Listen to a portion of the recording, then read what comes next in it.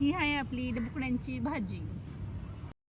मराठी रेसिपीमध्ये आज आपण बनवत आहोत खानदेश स्पेशल डबुकड्यांची भाजी। त्यापूर्वी मराठी रेसिपी चॅनलला सबस्क्राइब करा।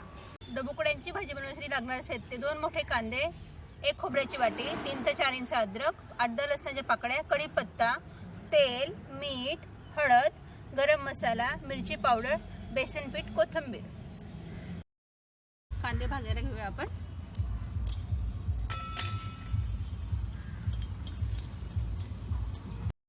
मी सुकं खोबरं वापरते।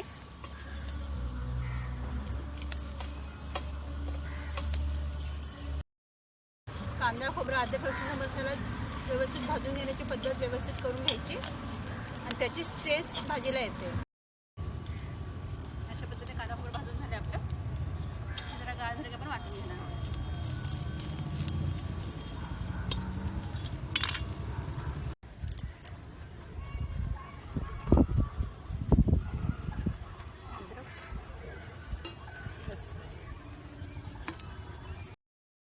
तर आपण हा मसाला बारीक वाटून घेणार आहोत। मी 1 बेसन पीठ घेते, तुम्ही जास्तही घेऊ शकता। थोडं पिठाच्या अंदाजाने थोडं मीठ, थोडी हळद, आपण आता पीठ पाणी घालून असं घोळून घेणार आहोत।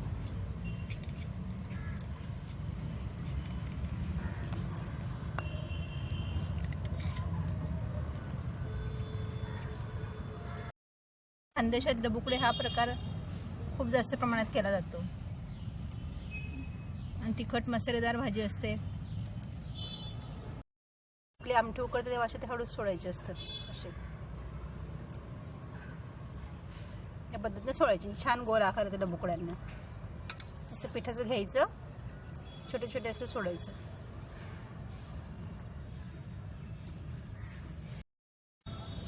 अशा पद्धतीने डबुकड्यांचे पीठ आपलं तयार आहे। 1 वाटी तेल घालतोय। तेल तापलेला आपला मसाला घालूया।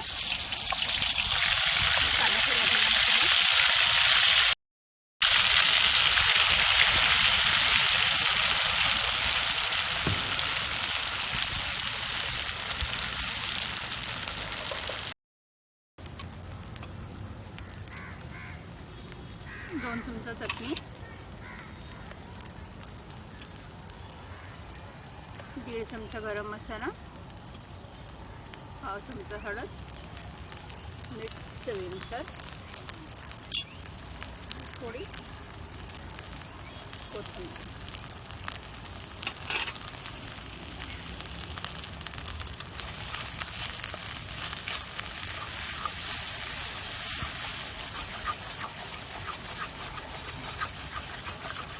आपला मसाला भाजून झालाय। डबुकड्याचा भाजीचा मसाला अशा पद्धतीने भाजून घ्यायचा। पाणी सोडते।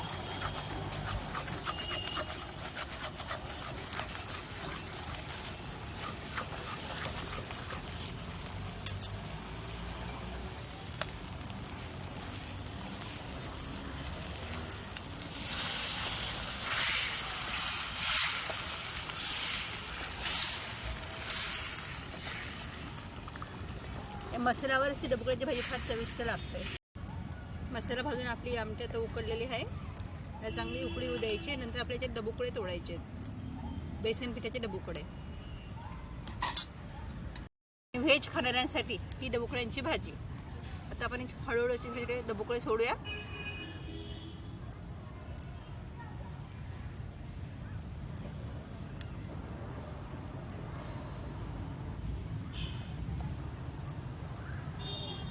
असे मीडियमच सोडायचे ते, तर ते उकडी आल्यावर अजून मोठे होतात।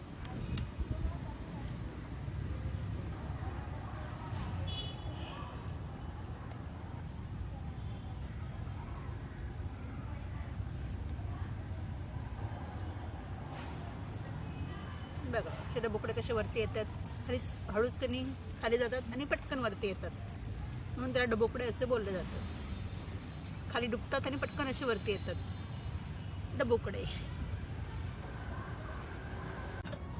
आता जरा 5 मिनिटं अशी उकडू देऊया। त्यात डबुकडे घातले तर जरा कमी गॅसवर ते हळूहळू म्हणजे डबुकडे आतपर्यंत शिजतील व्यवस्थित.